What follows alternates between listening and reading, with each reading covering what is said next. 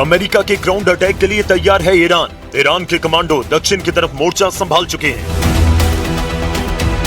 एक तरफ अमेरिका की मरीन फोर्स और दूसरी तरफ ईरान के IRGC कमांडो। लड़ाई बहुत खतरनाक होनी जा रही है, ये आशंका पूरी दुनिया को है। इस जमीनी जंग में कौन किस पर भारी पड़ेगा, इसका फैसला न ईरान में हो रहा है न ही अमेरिका में। इस युद्ध में आगे की लड़ाई कंट्रोल करने के लिए रूस के राष्ट्रपति व्लादिमीर पुतिन ने किया है बड़ा फैसला।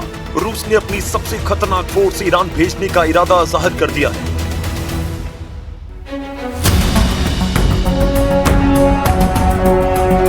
रिपोर्ट है कि पुतिन ने अपनी स्पेशल फोर्स ईरान में उतारने का फैसला किया है। पुतिन के ऑर्डर पर कमांडर कादिरोव ने ईरान युद्ध में उतरने का इरादा पक्का कर लिया। कादिरोव ने कहा कि वो खुद इस जंग में उतरकर अमेरिका से लड़ने के लिए तैयार है। कादिरोव ने अपने चेचन लड़ाकों को ईरान के लिए लड़ने का ऑर्डर दिया है और अब ये खूंखार चेचन लड़ाके अमेरिका की ईंट से ईंट बजाने के लिए ईरान की जमीन पर पहुंच रहे हैं। ये रिपोर्ट ईरान के सरकारी मीडिया में छप रही है। ये रिपोर्ट अजरबैजान की मीडिया में हेडलाइन बन रही है। चेचन कमांडर रमजान कादिरोव ने कहा कि जरूरत पड़ी तो वो खुद ईरान जाएगा और अमेरिका से लड़ेगा। रमजान कादिरोव के कमांडर बोल रहे हैं कि वो अपनी जान की बाजी लगाकर ईरान के लिए लड़ेंगे, क्योंकि कमांडर कादिरोव ने कहा है कि ईरान पर हमला पूरे इस्लामिक वर्ल्ड को बांटने की साजिश का हिस्सा है।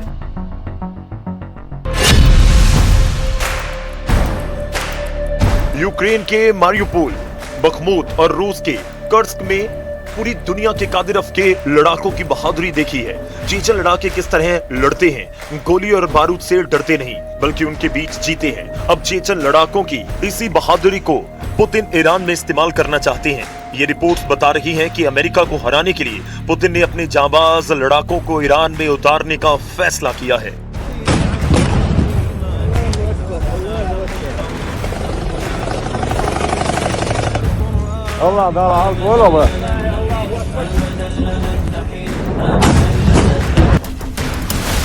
इस युद्ध में रूस की फोर्स के उतरने का मतलब है कि अब ये जंग अमेरिका बनाम ईरान नहीं रही। अब ये युद्ध अमेरिका कैंप बनाम रशियन कैंप बन चुका है, जिसमें एक तरफ अमेरिका और नेतन्याहू के साथ अरब देश हैं, यहां से लगातार ईरान पर हमले हो रहे हैं।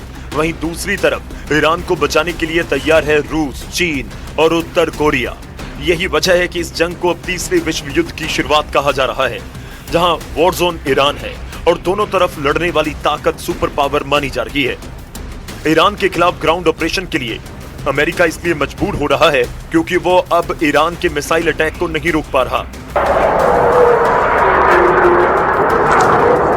ईरान की खुर्रम शहर और सेजिल मिसाइल किस तरह इजराइल पर हमला कर रही है, इसके वीडियो लगातार वायरल हो रहे हैं। ईरान लगातार अपनी मिसाइल पावर से इजराइल, अमेरिका और खाड़ी देशों को शॉक पर शॉक देता जा रहा है।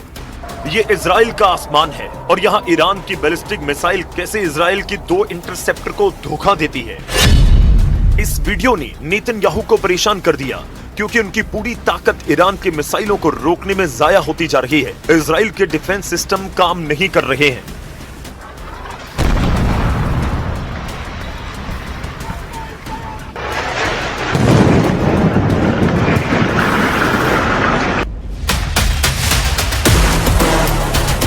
ईरान के क्लस्टर बम जहां गिरते हैं वहां ऐसी तबाही होती है। ऐसे हमलों के बाद की तबाही देखिए और इस दौरान बंकर में पनाह लिए हुए लोगों को देखिए। इजराइल में इस वक्त ईरान की मिसाइलों का बहुत ज्यादा खौफ है और इसकी वजह है वो एयर डिफेंस सिस्टम जो पूरी तरह से फेल हो चुके हैं। अब तक युद्ध में ईरान ने 1200 से ज्यादा बैलिस्टिक मिसाइल दागे हैं, 4000 से ज्यादा ड्रोन हमले किए हैं। ऐसे लगातार हमलों को रोकने के लिए इजराइल, अमेरिका और साथ ही अरब देशों ने पैट्रियट सिस्टम की 2500 इंटरसेप्टर मिसाइल दाग डाली है। ऐसा ही हाल बाकी एयर और मिसाइल डिफेंस सिस्टम का है। आयरन डोम जैसे मशहूर सिस्टम भी फेल साबित हुए और यही वजह है कि इजराइल में हालात बहुत ज्यादा दयनीय हो चुके हैं। वो ईरान की मिसाइल नहीं रोक पा रहे।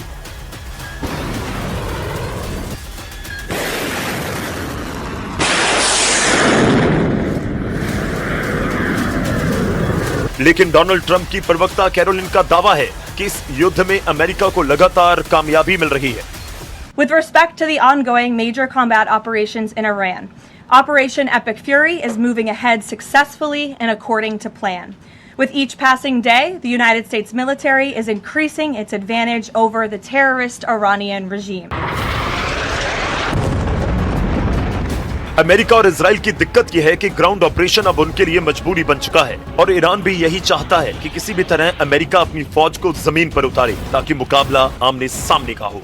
अगर ईरान में ग्राउंड ऑपरेशन होता है तो उसमें अब पुतिन की फोर्स भी लड़ेगी, इस बात की गारंटी दी जा रही है और ऐसे युद्ध के लिए कमांडर रमजान कादिरव के लड़ाके तैयार हैं। चेचन्या के अख्तम स्पेशल फोर्स के कमांडर लेफ्टिनेंट जनरल आप्ती अलाउद्दीनोव ने कहा कि इस युद्ध में वो ईरान के साथ हैं। अगर जरूरत पड़ेगी तो वो खुद भी ईरान की जमीन पर जाकर लड़ने के लिए तैयार हैं। लेफ्टिनेंट जनरल आप्ती अलाउद्दीनोव को चेचन लीडर रमजान कादिरव का कमांडर नंबर 1 कहा जाता है। आप्ती अलाउद्दीनोव चेचन्या की अखमत फोर्स का कमांडर है जो कादिरव की स्पेशल फोर्स मानी जाती है और इसी फोर्स ने कर्स्क और मारियोपोल में पुतिन को जीत दिलाई है। यही वजह है कि आप्ती अलाउद्दीनोव कर्स्क का किल कमांडर कहा जाता है और यही किल कमांडर अब ईरान में पहुंचकर अमेरिकी मरीन का सबसे बड़ा खौफ बनने को तैयार है।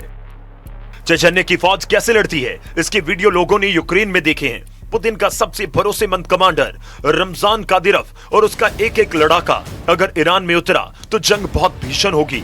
इस बात की गारंटी पुतिन कैंप से मिलने लगी है, लेकिन ट्रंप का मीडिया डिपार्टमेंट पूरी तरह इस युद्ध को अमेरिका के पक्ष में बता रहा है। Iran will no longer have the credible ability to threaten the United States or our allies, which is, of course, the overall objective and mission the president set out when he launched Operation Epic Fury. Trump Iran पर हमला करेंगे या खुद को बचाएंगे या फिर Israel के युद्ध में पूरी ताकत झोंक देंगे। जबकि नेतन्याहू ने साफ कर दिया है ईरान के खिलाफ ग्राउंड ऑपरेशन में इजराइल शामिल नहीं होगा और इसकी वजह है लेबनान का फ्रंट। एक तरफ ईरान पर हमला, दूसरी तरफ इजराइल पर अटैक। युद्ध में एक दूसरे को पूरी तरह खत्म करने के लिए एड़ी चोटी का जोर लगा रहे हैं ईरान और इजराइल। युद्ध कितना लंबा खिंचेगा ये तस्वीरें बता रही हैं। ईरान की पावर ग्रिड पर हमले के बाद इजराइल की बहुत ही खास रिफाइनरी टारगेट बनी है। यह है उत्तरी इजराइल का शहर हाइफा और यहाँ रिफाइनरी पर हुआ है हमला। तेल के भंडार धू धोकर जल रहे हैं, धुआं मीलों दूर से देखा जा सकता है। ये नेतन्याहू को बताने की कोशिश है कि ईरान पर हमला होगा या फिर लेबनान पर अटैक होगा तो इजराइल तक जवाब जरूर पहुंचेगा। ये हाइफा की मजान रिफाइनरी है जहां से इजराइल की जरूरत का 60% तेल तैयार किया जाता है।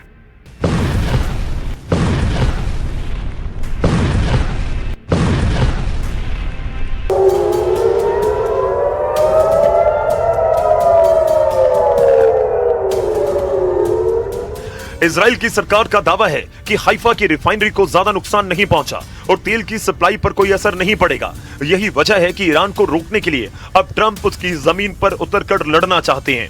इसके लिए अमेरिका के 50,000 सैनिक तैयार भी कर दिए गए हैं।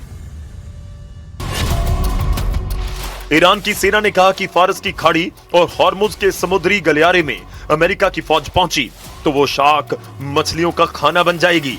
ईरान की नौसेना ने कहा कि जिस तरह उसके जहाज को अमेरिका की पनडुब्बी ने श्रीलंका के पास डुबोया था उसी तरह अमेरिका के जहाजों को ओमान की खाड़ी में डुबो देंगे।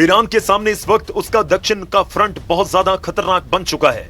यहां अमेरिकी फौज का उतरना ऐसा ऑपरेशन होगा जिसमें खून दोनों तरफ से बहेगा। इस बात की गारंटी डोनाल्ड ट्रंप और ईरान दोनों तरफ से दी जा रही है, लेकिन ईरान की वार्निंग ऐसी है जिसे ट्रंप और उनके कमांडरों को बहुत ही गंभीरता से लेना होगा।